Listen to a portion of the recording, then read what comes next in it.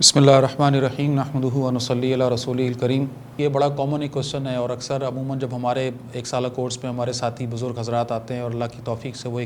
ایک ہدایت کی روشنی انہیں قرآن و سنت کی ملتی ہے الحمدللہ، تو عموماً 100 میں سے شاید 90 لوگ یہ سوال کرتے ہیں کہ جی اب وہ بچے تو ہمارے بڑے ہو گئے، اب وہ ہمارے ہاتھ سے نکل گئے، اب وہ خود کفیل ہیں، اپنی فیملیز لے کے چل رہے ہیں، اب انہیں ہم کیسے، وہ تربیت جہاں کرنی تھی نہیں کری، وہ وقت تو نکل گیا، اب بچہ 22 سال کا ہے، 24 سال کا ہے، 30 سال کا ہے، اب آپ اسے کیسے نماز کا عادی بنائیں، کیسے اس کو دین کی طرف لائیں اور یہ سب۔ تو دیکھیے جناب، میں ایک فارمولہ بتایا کرتا ہوں، میں یہاں بھی آپ نے پوچھا تو میں جسارت کر رہا ہوں، اور ہے کام مشکل کرنے کا ذرا، ٹھیک ہے، سمجھیے گا بات کو، لیکن میرا یہ کہہ لیجئے کہ انشاءاللہ یہ میں ایمفسائز کرتا ہوں کہ اگر آپ یہ کر لیں گے تو انشاءاللہ یہ دروازہ کھل جائے گا،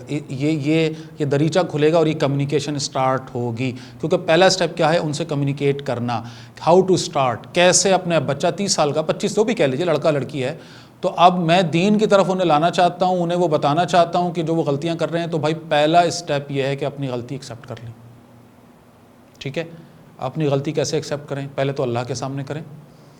اور خاص وقت میں بیٹھ جائیں، 2 نفل پڑھ کے اللہ کے سامنے ہاتھ اٹھائیں اور کہیں کہ یا اللہ یہ مجھ سے غلطی ہوئی ہے، ایکسیپٹ کریں، اور اللہ سے مانگیں اور اللہ سے کہیں کہ یا اللہ جس طرح تو نے مجھے ابھی یہ روشنی دکھائی ہے، مجھے اب سمجھ آیا ہے، تو میں چاہتا ہوں کہ میری اولاد بھی اب اس راہ پر میرے ساتھ آگے بڑھے، تو کیا کروں؟ تو مجھے راستہ دکھا، تو میری مدد فرما، میری اچھی طرح دل کھول کے اللہ کے سامنے۔ ایک بات تو یہ ہو گئی۔ دوسری بات دیکھیے بھائی، غلطی کی تھی اپنی لیول پہ، اللہ کے سامنے معافی مانگ لی، اوکے ہو گیا، لیکن غلطی کا جو شکار ہوئے ہیں تو بات کیا سمجھ میں آ رہی؟ کچھ معافی کس سے مانگی جاتی ہے اصل میں؟ جس کا حق کھایا ہے۔ تو ہم نے ان بچوں کی حق تلفی کب کی ہے؟ جس وقت ان کو اللہ سے جوڑنا تھا ہم نہیں جوڑ پائے، جس وقت ان کو مسجد کی راہ دکھانی تھی ہم نہیں دکھا پائے، ہم اس وقت کہیں نہ کہیں کمزور رہے کسی وجہ سے، جس کی وجہ سے آج وہ اس راہ پر نہیں ہے۔ تو بھائی سب سے پہلے کیا، انہیں اللہ سے معافی مانگنے کے بعد اگلی بات کیا ہے؟ ان سے معافی مانگیں۔ بات مشکل ہے بھائی، جمع کر لیں اپنے بچے بچیوں کو، بڑے ہیں چھوٹے ہیں، والدین بن چکے ہیں، جو بھی ہیں، جمع کر لیں، سامنے بٹھائیں اور بٹھا کر کھڑے ہو کر بولیں بیٹا یہ میرے ہاتھ جڑے ہیں، مجھے معاف کر دو، میں آپ کو جس راہ پر ڈالنا چاہتا مجھے چاہیے تھا میں نہیں ڈال سکا، میں نہیں وہ کر سکا اس وقت جو مجھے کرنا چاہیے تھا، میں خود اس وقت بھٹکا ہوا تھا، میں خود اس وقت ریئلائز نہیں کر سکا، آج مجھے سمجھ آئی ہے۔ تو پہلی بات تو یہ کہ مجھے معاف کرو، میں نے یہ آپ کے ساتھ ظلم کیا ہے، میں نے یہ حق تلفی کی ہے۔ اگلی بات یہ ہے کہ بیٹا اب میں آپ سے ریکویسٹ کر رہا ہوں، درخواست کر رہا ہوں کہ دیکھو بھائی یہ زندگی چھوٹی سی ہے، مختصر ہے، ختم ہونے والی ہے، آخرت کی طرف پلٹ آؤ، حقیقت کی طرف پلٹ آؤ، تھوڑے دنوں میں اللہ سے ملاقات ہے ہم سب کی، اور اگر آپ لوگ چاہتے ہیں کہ ہم سب جنت میں اکٹھے جائیں تو اب اپنے زندگیوں کے رخ کو بدلنا ہوگا، اب قرآن کی طرف سنت کی طرف مڑنا ہوگا، اب اس بات کو ریئلائز کرنا ہوگا جو وقت ضائع ہو گیا، جو بچا ہے اس کو کیسے کارآمد بنانا ہے۔ تو جب یہ تھوڑا سا ایپیسوڈ ہوگا نا، تھوڑا ایک ایموشنل، ایک جذباتی، تو اس سے کیا ہوگا کہ انشاءاللہ وہ دل نرم ہوں گے، پھر یہ سلسلہ آگے بڑھے گا۔ اب وہ دعوت و تبلیغ کا ایک پورا ترتیب ہے، ان کی بھی پھر ایج اور ان کے جو ٹارگٹس ہم آلریڈی سیٹ کر چکے ہیں ان کو بھی پھر درمیان میں لانا پڑے گا۔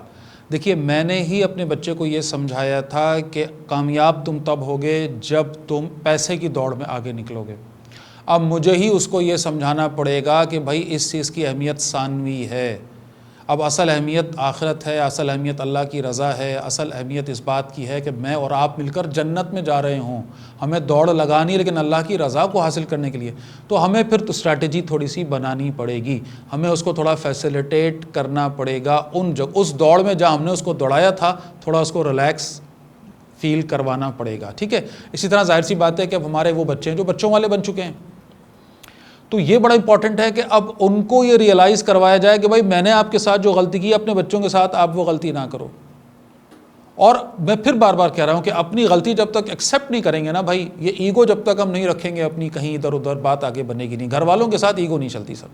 لہٰذا یہ ہے کہ ان کو یہ غلطی مانی جائے، پھر ان کو سمجھایا جائے کہ دیکھو بھائی یہ بچے ہیں تمہارے،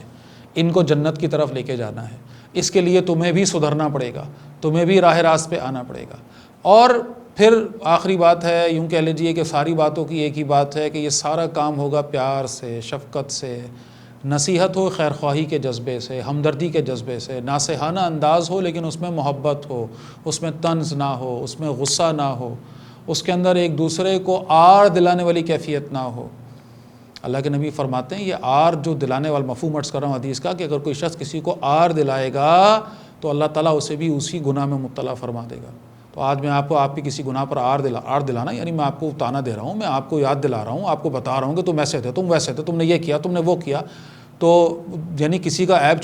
چھپانے کا حکم ہے، میں اور اس کو دوسروں کے سامنے لا رہا ہوں، تو خدا نخواستہ میں بھی پھر اسی کہیں نہ کہیں عیب کا شکار ہو جاؤں گا۔ تو ہمیں اس چیز کا خیال رکھتے ہوئے، ان کی سچویشن کو سامنے رکھتے ہوئے، ان کے پریکٹیکل پرابلمس کو سامنے رکھتے ہوئے اس طرح سے اسٹریٹجی بنا کر یہ کام کرنا ہوگا۔